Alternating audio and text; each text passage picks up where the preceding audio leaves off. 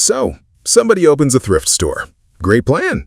Rent a building, throw up some metal racks, wait for strangers to hand you free merchandise, slap a $4 price tag on it, and pocket the difference.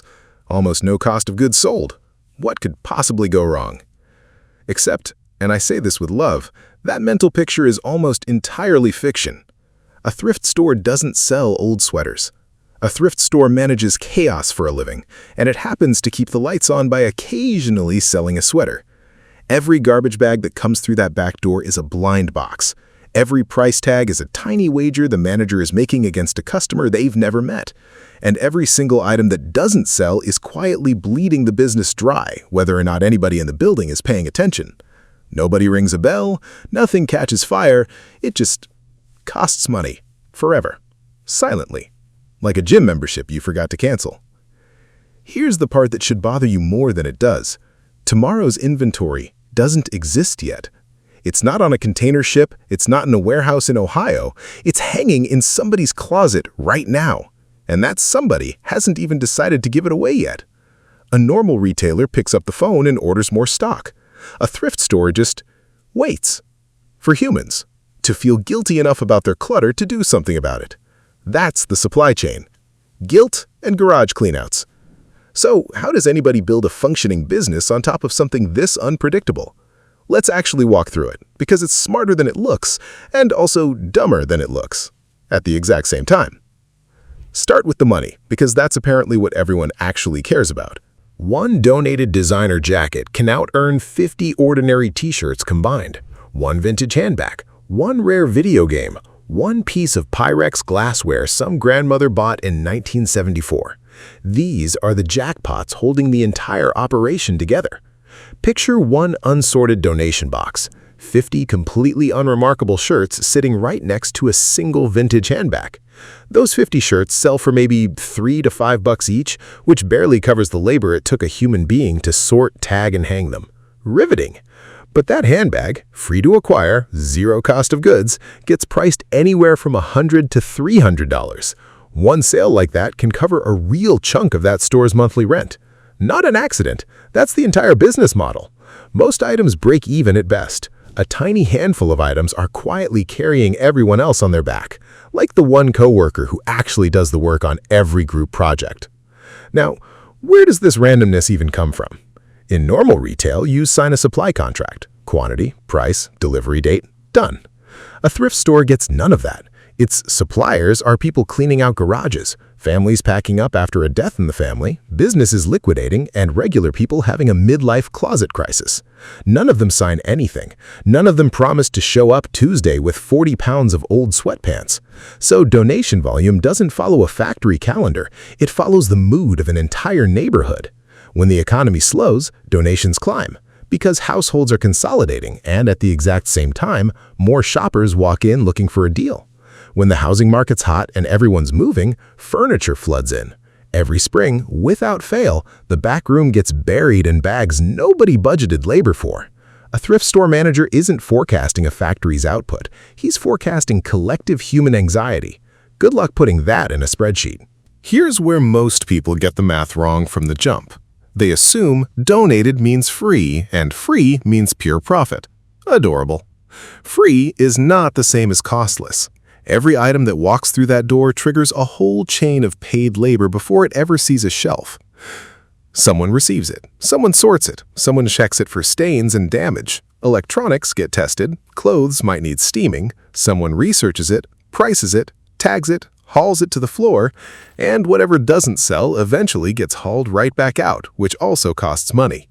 Industry data puts operating costs at 40 to 60% of gross revenue in secondhand retail. So take a cheap, low-quality shirt. Roughly $2.50 in cumulative labor and handling gets sunk into it before it ever reaches a rack. It sits there for 3 weeks and finally sells for $2. Congratulations, that shirt just lost the store money. The donation was free. Turning it into an actual product for sale was not. And nobody puts that part on the thank you card they hand out at the donation counter. Now think about what's actually happening behind that curtain, because customers only ever see the neat racks and the little tags. What they don't see is the hidden factory running behind the back. A donation drops into a receiving bay, gets dumped into a sorting hopper, and workers split soft goods from hard goods while pulling anything broken or contaminated.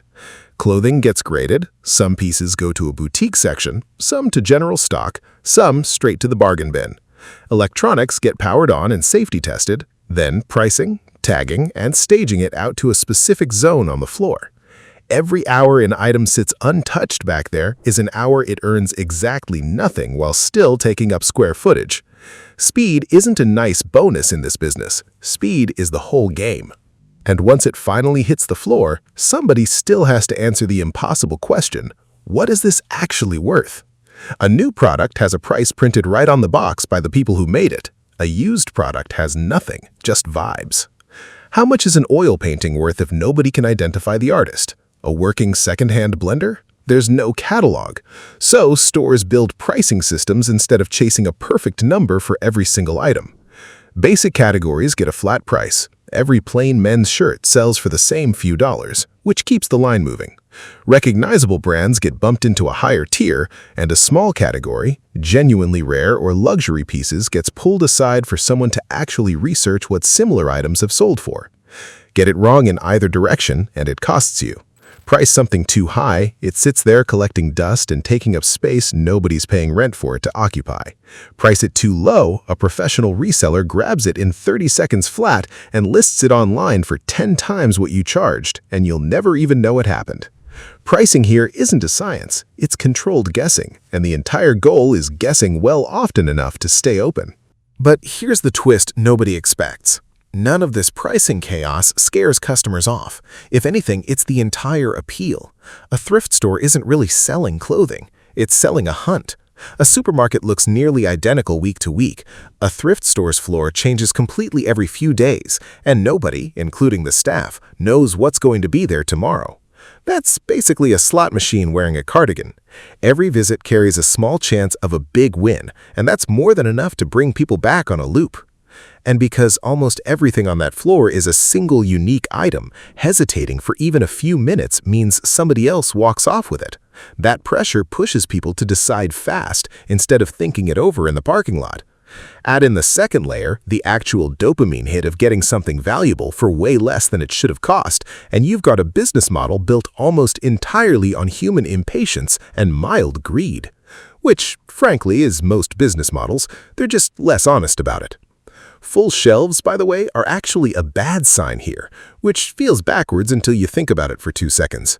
In ordinary retail, empty shelves mean lost sales. In a thrift store, overflowing racks usually mean nothing's moving.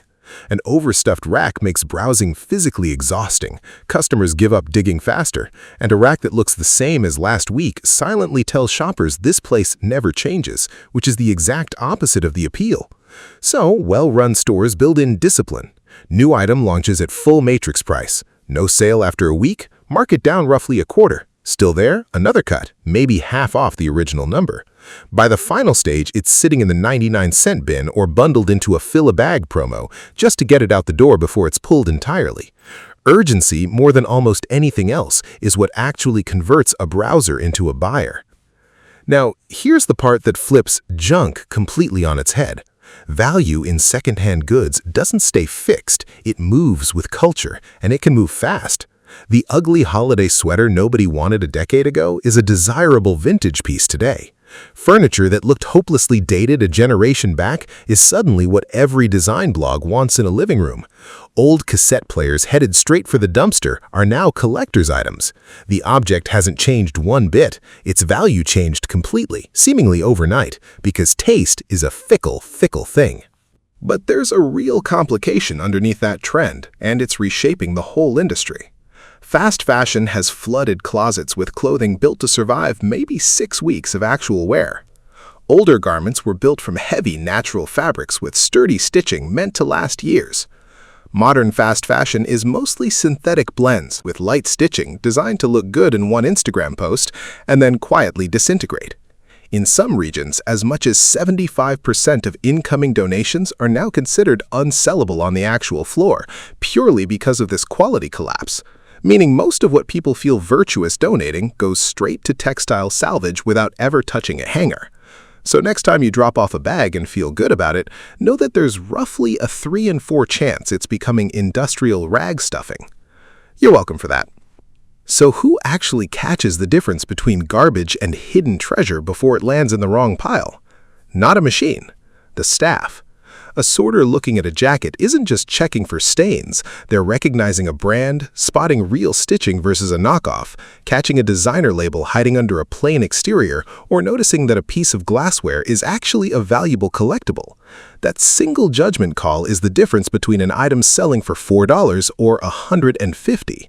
A well-trained sorter can generate thousands of dollars in extra value simply by noticing what an untrained employee walks right past, which makes training and retaining good staff one of the highest return investments a thrift store can make, and also the thing most owners underfund first, because apparently paying skilled people well is a controversial idea in this economy. Even great staff, though, can get buried. What happens when donations show up faster than any team can sort them? In normal retail, more inventory is a sign of a healthy, growing business. Here, an uncontrolled flood can actually break the operation. The back room gets congested, workers spend their shift just moving pallets out of the walkway instead of sorting anything. Storage costs climb because now you're renting off-site space just to hold a backlog, and in extreme cases, stores have to straight up refuse donations or shut the drop-off bins temporarily. Which sounds insane for a business built on free inventory, but it happens more than people assume, because free doesn't mean free to process. This is exactly why clearance sales aren't a sign a store struggling. They're one of the only tools keeping it alive. Every day an item sits unsold, it's quietly consuming rent through the square footage and labor through the retagging and refolding.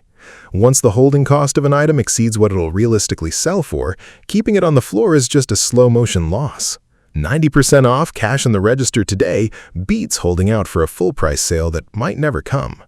Whatever survives the entire markdown cascade, full price, quarter off, half off, 99-cent bin, gets sold off in bulk by the pound to bargain-hunting resellers, and whatever's left after that gets baled up and shipped off as industrial rags or insulation.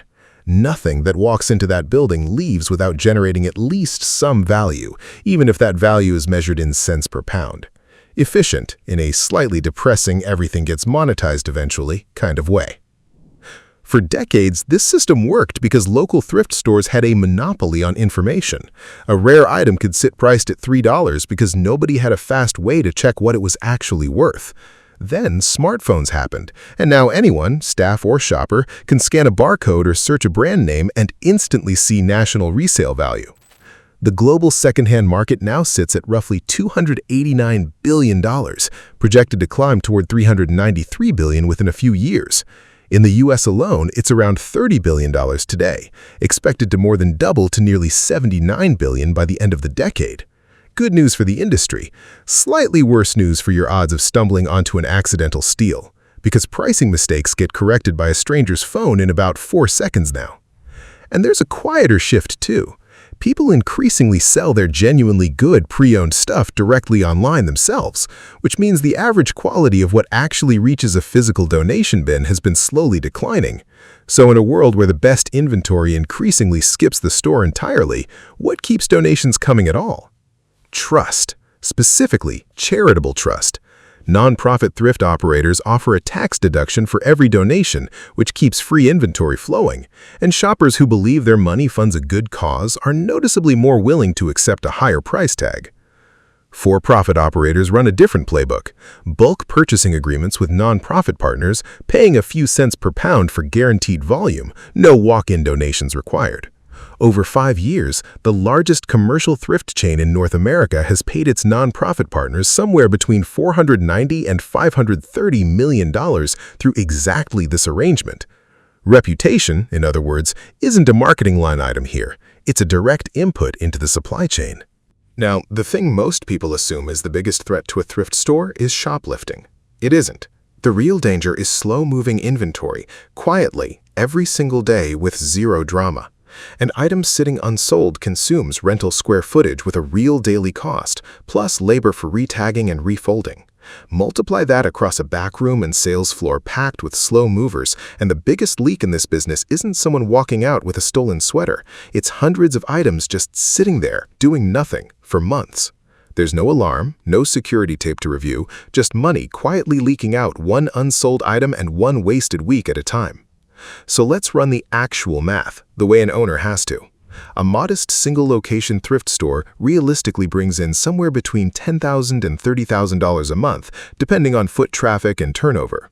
Say a decent month brings in $20,000. Subtract operating costs, rent, wages, cleaning supplies, tagging materials, disposal fees. At the low end of that 40 to 60% industry range, that's $8,000 in costs, leaving $12,000. Net margin lands close to the 15 to 20% range well-run stores tend to target. That's the good scenario. Steady donations, efficient sorting, a healthy mix of ordinary stock and the occasional jackpot, inventory turning over in 3 to 4 weeks. Now the scenario that actually blindsides new owners. Donation quality drops for a stretch. Not hard to imagine given how much of today's clothing is disposable fast fashion. If close to half of what arrives is unsellable, disposal costs climb, and sorting labor gets burned on items that'll never see a shelf. Turnover slows from 3 to 4 weeks out to 8 or 10.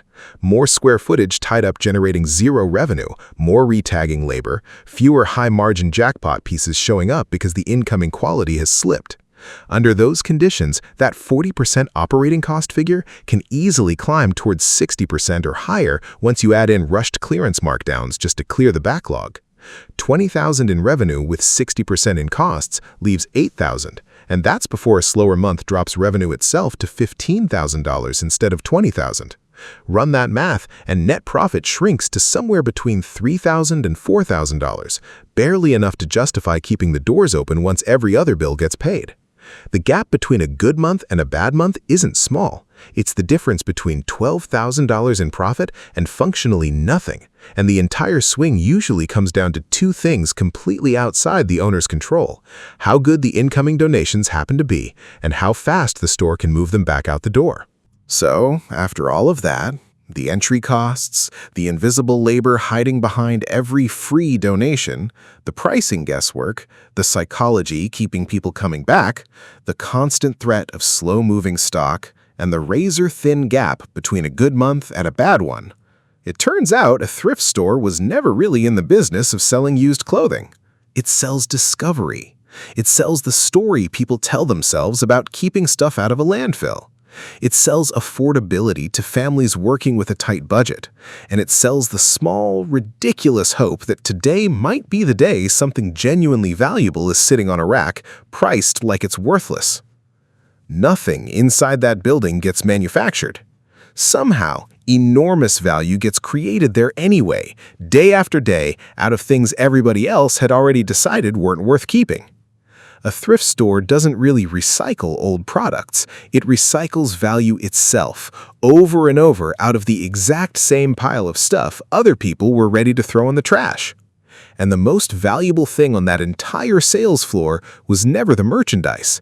It was the ability to look at a pile of somebody else's clutter and see something worth paying for, right when everyone else had already stopped looking.